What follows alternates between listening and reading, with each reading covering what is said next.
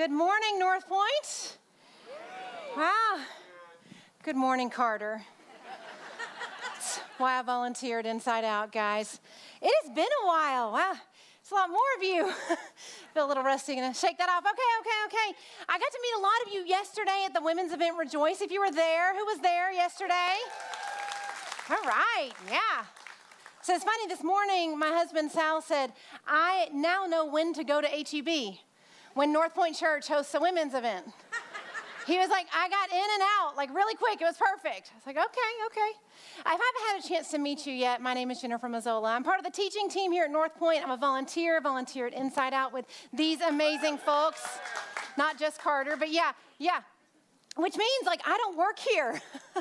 Which means they can't fire me no matter what I do this morning. I can really do whatever I want.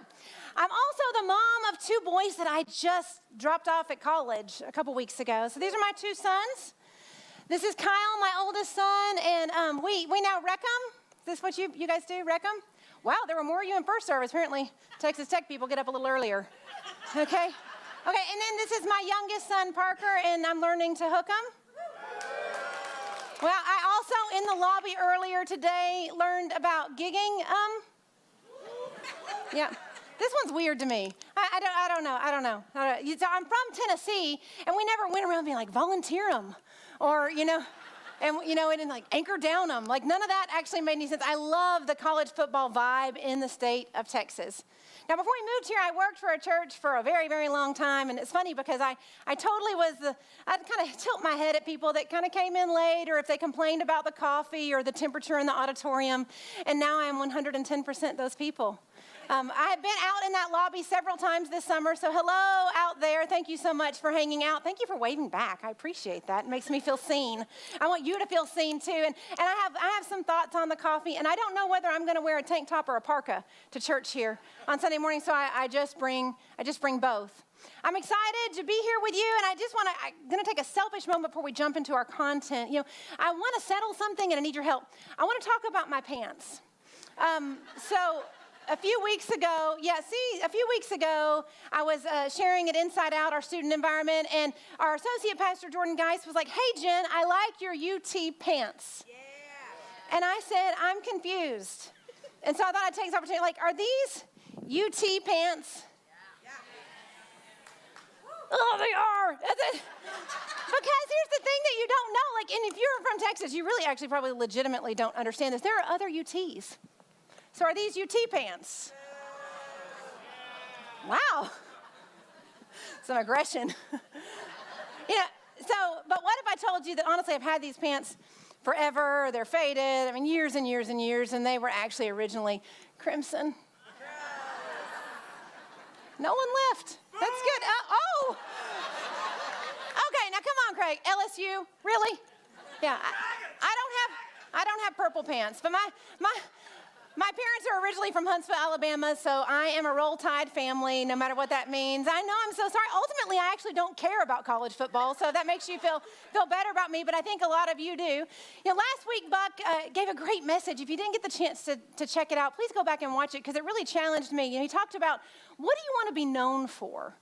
And we had a conversation last week about getting into intentional relationships that would reflect things back to us, that would actually enhance us. And I get to continue our conversation today by looking at something that I think will get us toward those intentional relationships and will actually benefit us. 5 years ago, I moved from Nashville here to Austin. And I was a little apprehensive. It's going to be a whole new community, a whole new thing. And I had friends that had moved several times before, and they're like, don't worry, don't stress. You'll be fine. You're going to make friends, but it's probably going to take about 6 months, so be patient. And 2 years later, I started to actually make friends. Thank you, guys, because the first service, they just looked at me like that was so sad. Like no one had any response, and I was like, okay, I really tried for 2 years. I don't know what that says about me. We talk a ton about Jesus and his miracles, and I'm all for the miracles of Jesus, right? I love this idea of feeding thousands from very little. I love the healings. I love the walking on water. I love the stories. But I think we neglect that I agree with this tweet. This is truly the miracle of Jesus' life. He made friends in his 30s. And we don't talk about that because that is the weirdest thing to do. Adult friendships are weird and are awkward. We don't have the structure of like seeing each other in high school classes or rallying around a college team. We're just adults trying to figure out how to not be weird in a new friendship. But we still have this innate need to be seen and to be known. We want someone to know us, and we want to know others. But as we get older, at least this might just be me, we actually also have this innate sense of like, I don't want to be known at the exact same time. Like, I don't want more people. You know, the other day, my husband and I were at Costco, which is where he insists on going every Saturday. And if you were like, I wonder what humanity is like, go to Costco on a Saturday, especially since 2020. Like, we don't know how to people anymore. It's just this weird dynamic, and it's like, I want friends and I want to be around people, but I don't want to really be around people. So we kind of cover it in busyness. Or maybe, honestly, we've been hurt by people. So isolation is just easier. We live in a culture that tells us, protect yourself, protect your identity, protect your family, stay close, stay isolated. You can't trust anyone. We get in this busy season, we get in this isolated season that just feels easier and it feels safe. But what if there's more, and what if that's actually not how it's supposed to be? One of our first Sundays here at Northpoint, actually, it's about 4.5 years ago, Buck gave a message, and he did this visual demonstration, and it stuck with me forever. Now, he was particularly talking about generosity in this moment, but he had someone come out, and he poured like a container of coins over their hands. And his point was that we are wired to actually be generous. Like when we actually live open-handed, when we give out of what God has given and entrusted to us, we actually get more back. Right, the visual goes like this. Like if you pour coins over an open hand, I can catch more than if you pour coins over a fist. Right, this makes sense. So my question for us this morning is, what if we do that relationally?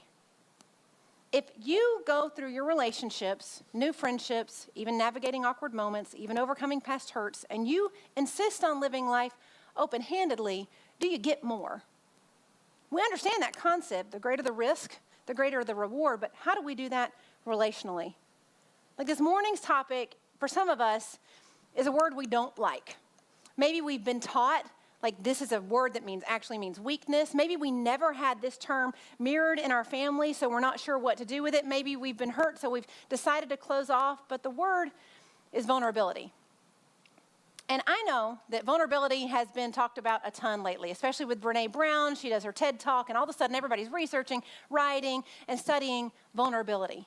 And even though it may even feel a little cliche to say, hey, we're going to talk about community and talk about vulnerability, like what if that's the point?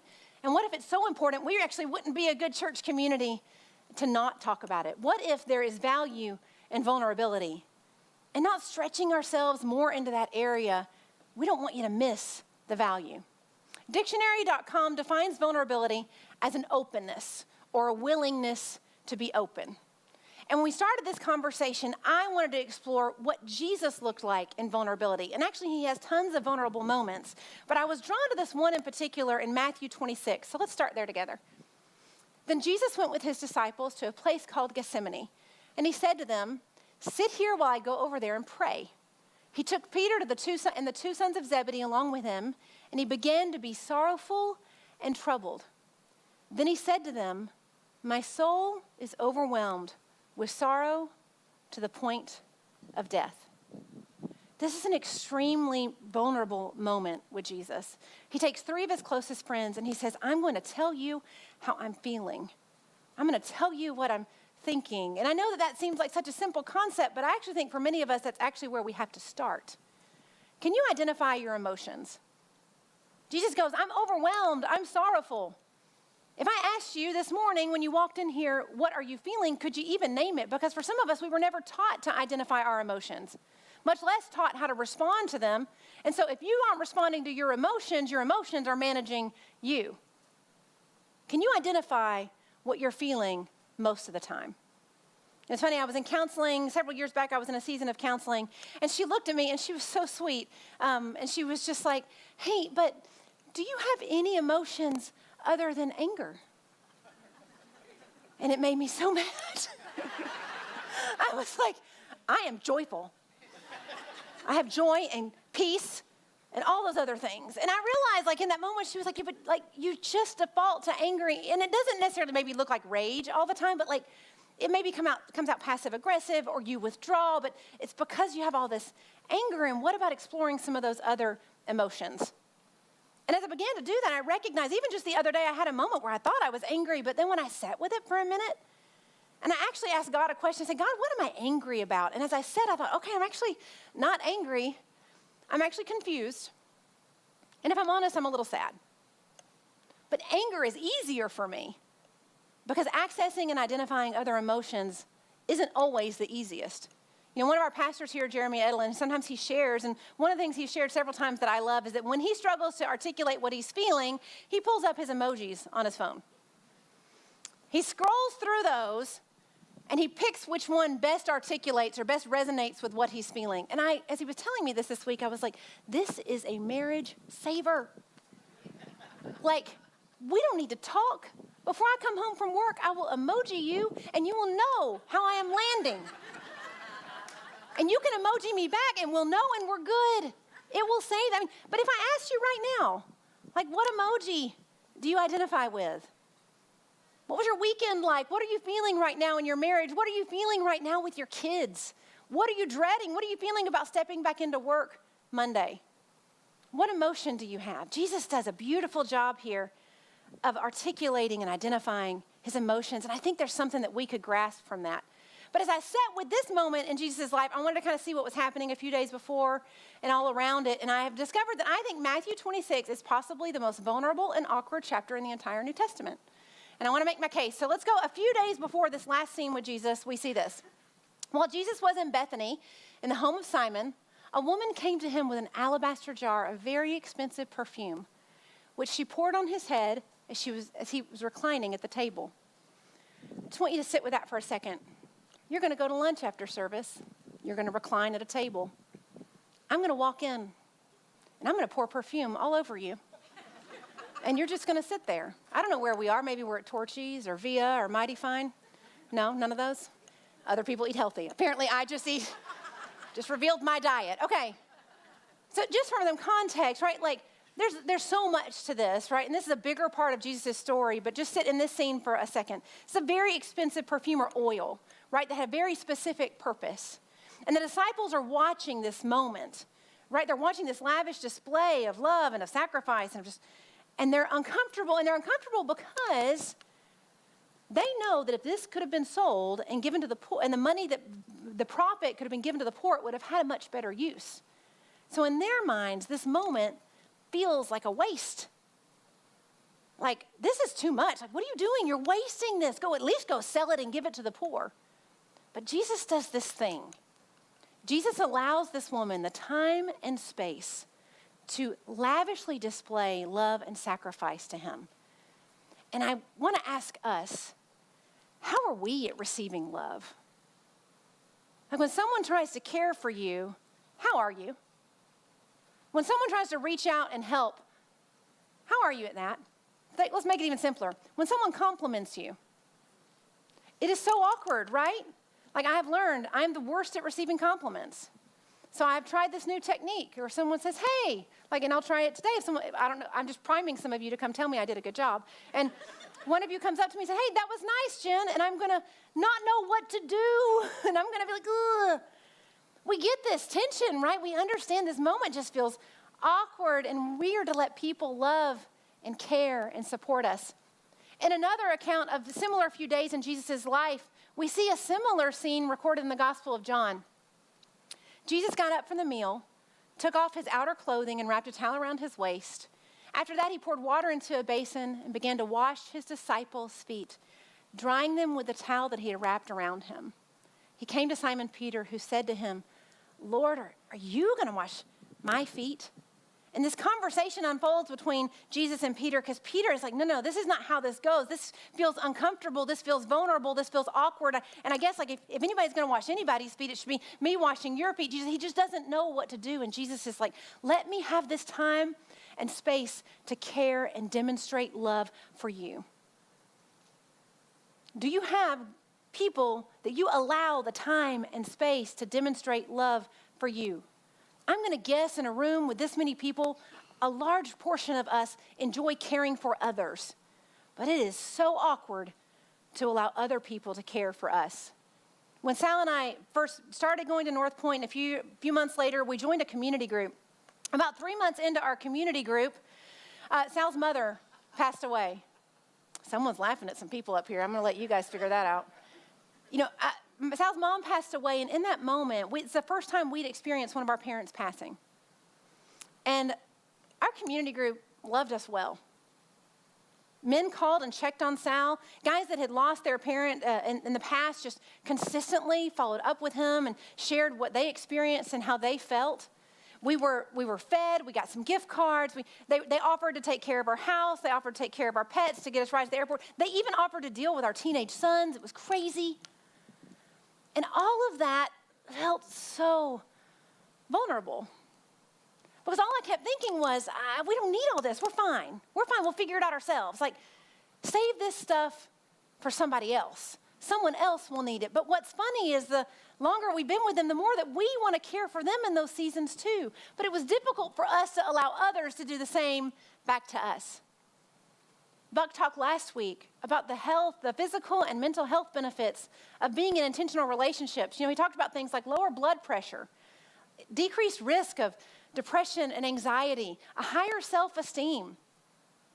And while these are all researched benefits of being in community, of being in intentional relationships, they are also the same benefits you get when you allow other people to care for you and when you care for others. It's weird. It's almost like we're designed in a way. It's almost like there's intentionality behind the reality that we need to be vulnerable. And we need to allow vulnerability to become a part of how we do life. So do you avoid vulnerability? The idea of other people caring for you, does that feel wrong or weak? Or maybe you were taught that it was weak or something feels scary about it. What happens when you think about how other people care about you? But it gets more awkward in Matthew 26, so let's look at this one. When evening came, Jesus was reclining at the table with the 12. He reclines a lot. Lots of reclining, Jesus. Okay.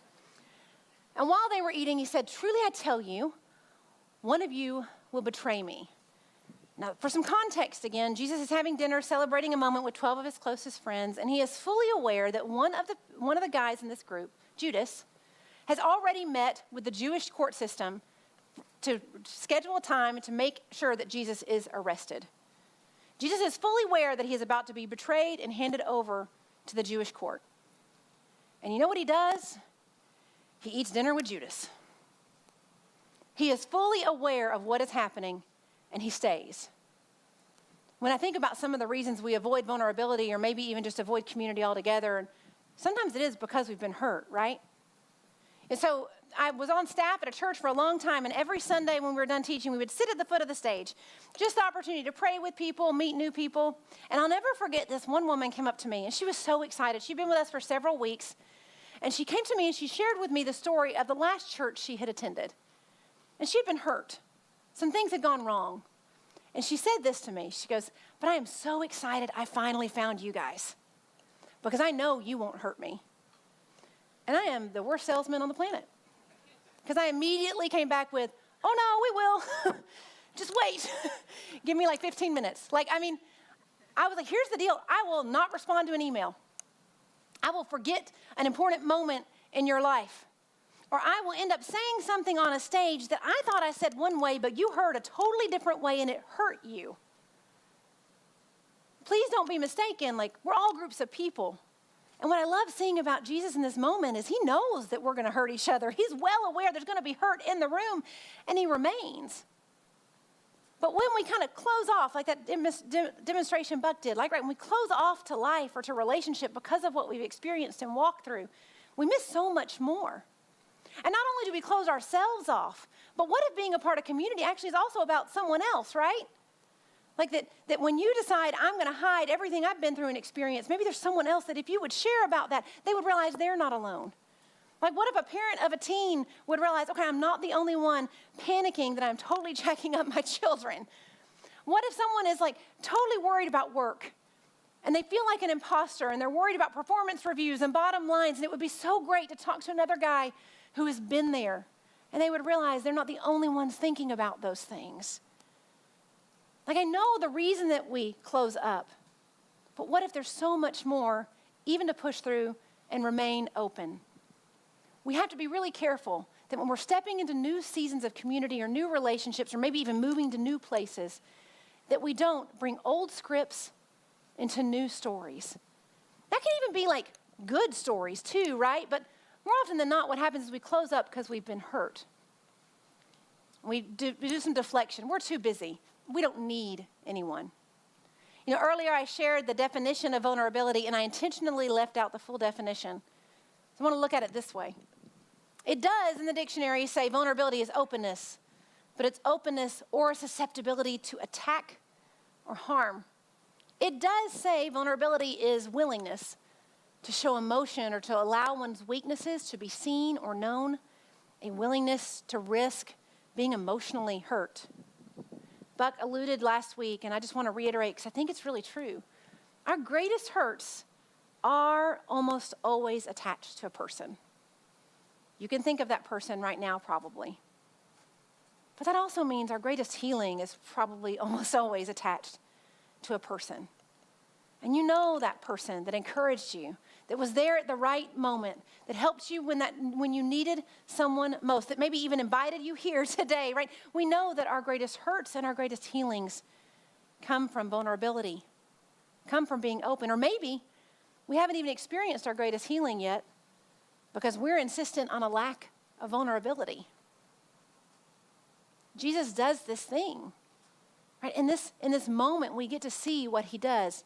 He recognizes his emotions and he names them. He talks about them. He allows others to care for him, to show lavish displays of love and sacrifice and care. And even though he knows that there could be hurt or will be hurt on the other side, he knows he'll be betrayed. He remains.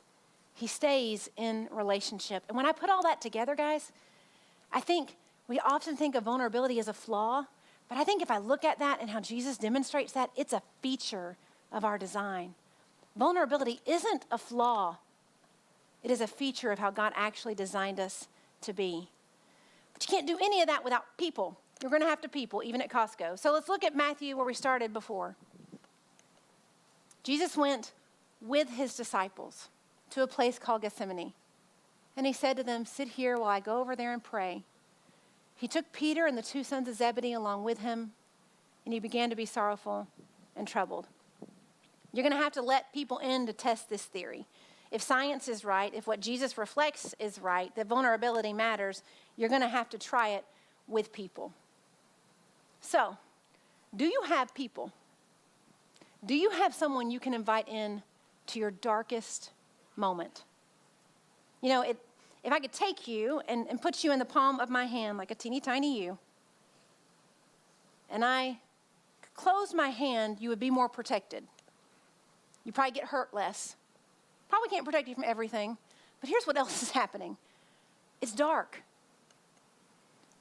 When we insist on doing things in isolation or alone, darkness just stays dark. Heaviness just stays heavy. But if I have tiny you on the palm of my hand and my hand is open, you are exposed. You are vulnerable. But you're in the light. You can see clearly. And yes, people can see you, and I understand why that feels uncomfortable from time to time, especially the older we get. But if we can remain in that light, and if we can remain open, I think we could actually experience that miracle where Jesus made friends in his 30s. Because imagine what life would look like with new friendships and new relationships. Now, we're going to have an opportunity to actually step into those spaces here this morning, but we want to be honest about a few things, right? We've kind of already talked about them, but just to reiterate them. One, adult friendships are awkward. You aren't the only one feeling it. I just sent my two sons, right, for their freshman year of college, and here's one of the things I said. I said, you are going to feel this, and this your freshman year. And you are going to think you are the only one feeling it. And you're going to be walking on a campus with thousands and thousands of people, and they're not going to tell you, I just cried and begged to go home. And just for the record, my sons have not cried and begged to come home. Do not call them and tell them that I said they cried. Not yet. So anyway, but we do the same thing as a new mom, right? And as a parent of teen or as an empty nester, like we've got all these assumptions and we're worried we're the only ones feeling the thing. It's awkward. Someone has to take that first step Adult friendships are awkward also. This stuff takes time. Okay, if you are going to be new and you're going to be stepping into community, especially if you have relocated, I totally have a heart for that. I met someone after first service, like, we just moved here 5 months ago from Seattle, and you're right, it is so weird. I'm like, it's weird for all of us. But give it time. Give it time. You're going to say things to yourself when you start your new group like, it's just not gelling, not clicking. It's just like, seems like they're close, but I just don't have anybody that I'm close with. All that's going to be so true and make so much sense, and all those feelings are going to be so real. But would you give it time? And I'm actually going to ask you to put a stamp on that time, and I'm going to ask you to give it a year, which I know sounds like a while, but you're going to have that year anyway. So what does it look like to get on the other side of that year and have new life, new relationships, new friends? And here's the thing. This is like a foolproof deal. If you don't like what God does after a year of trying community, you can have your old life back. No harm, no foul. You can go right back to how it was. But what if it could be different? So it's going to be awkward. It's going to take time.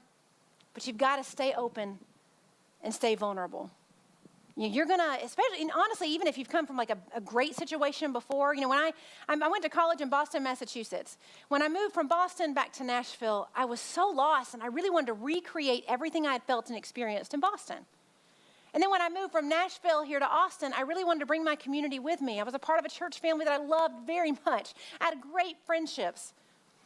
And it was really, I think the reason it maybe took me 2 years to kind of connect is because I was kind of holding so tight, so close, and holding tight to all that I had experienced before, insisting that it show up here somehow. And two things. One, it just doesn't work that way. But two, if I hadn't let go of that and stepped into new spaces, I would not experience the friendships that I have now.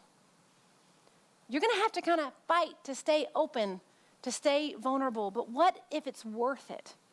What if there is that value in being vulnerable? So here's what we're going to do. You're in luck. You thought you were going to get out of service without doing this. So we're going to take our phones, and we're actually going to step into community right now. Now, if you were here last week, you remember we had this moment at the end of service, and we're doing it again because we really, truly believe it is that important. So if you are already in a community group or you got registered last week, not if you just filled out the interest form, but you actually got registered last week, if you just like play a game on your phone, what's the new game? Guys, what's the new game on phones? No, you don't know, please. Okay, well, first service had Subway Surfer. So if you're already in it, like play Subway Surfer. If you are not in a group, just do this. Whether you join a group or not, just do this for me. Scan the QR code either on the screen or on the back of the chair in front of you. When you scan that QR code, it's going to take you to a page. Got it? I can't tell if you're scanning the QR code or taking a picture. Yeah. All right. You're going to see something that looks like this. Right, and it's going to begin to help you filter through different groups. I just want to point out one group, starting point right at the top of that image. If you are new to faith or new to church, or honestly, if you're someone that kind of has gone through, like that woman that I met on the end of the stage that has had some experiences with church and has left you with some questions or maybe some frustrations, starting point is an amazing space to just be real about what you're thinking, feeling, and the questions you have. You might select that one. But there's this whole category. There's a way that we filter. Essentially, we're going to shop. You're going to have a moment to shop for a group. You can look by day, by time, by category. The couples group, the one I mentioned, Sal and I joined a couples group. We sat literally right where you are and had this exact same moment. So we're about to actually give you that moment. But when you get to that page, when you filter and you check out some stuff that you're interested in, you're going to click a button that says Request to Join. So my goal, and remember, I don't get paid, but I just got a goal. I think Shane Norcross challenged me. I don't know. I'll make him owe me dinner or something. But we want as many of you to click that button as we can.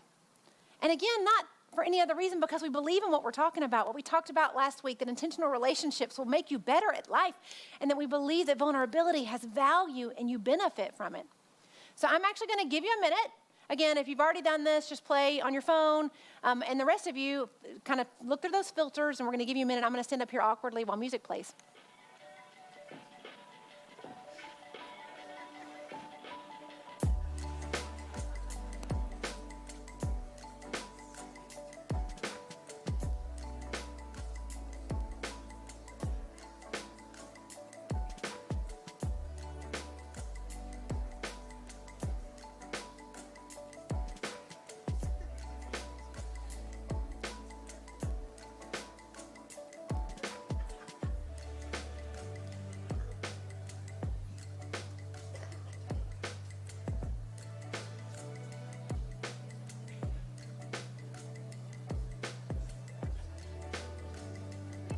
All right.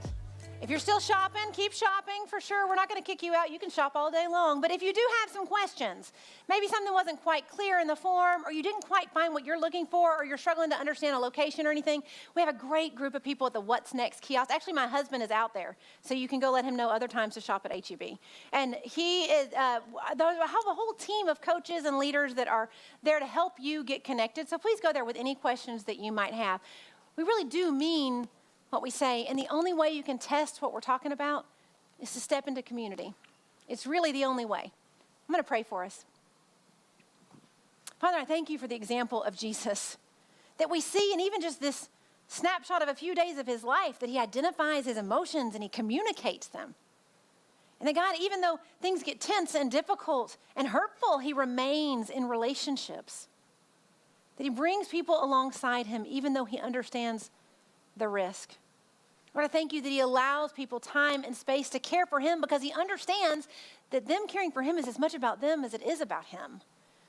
And God, whatever it is that holds us back from being vulnerable, whatever old scripts we're bringing into new seasons, whatever fears we have, whatever voices in our head that make us feel like it's weakness, that you would just talk to us about those over the coming days. That we would just connect with you and see if it's you holding us back from being vulnerable or something that we're holding on to.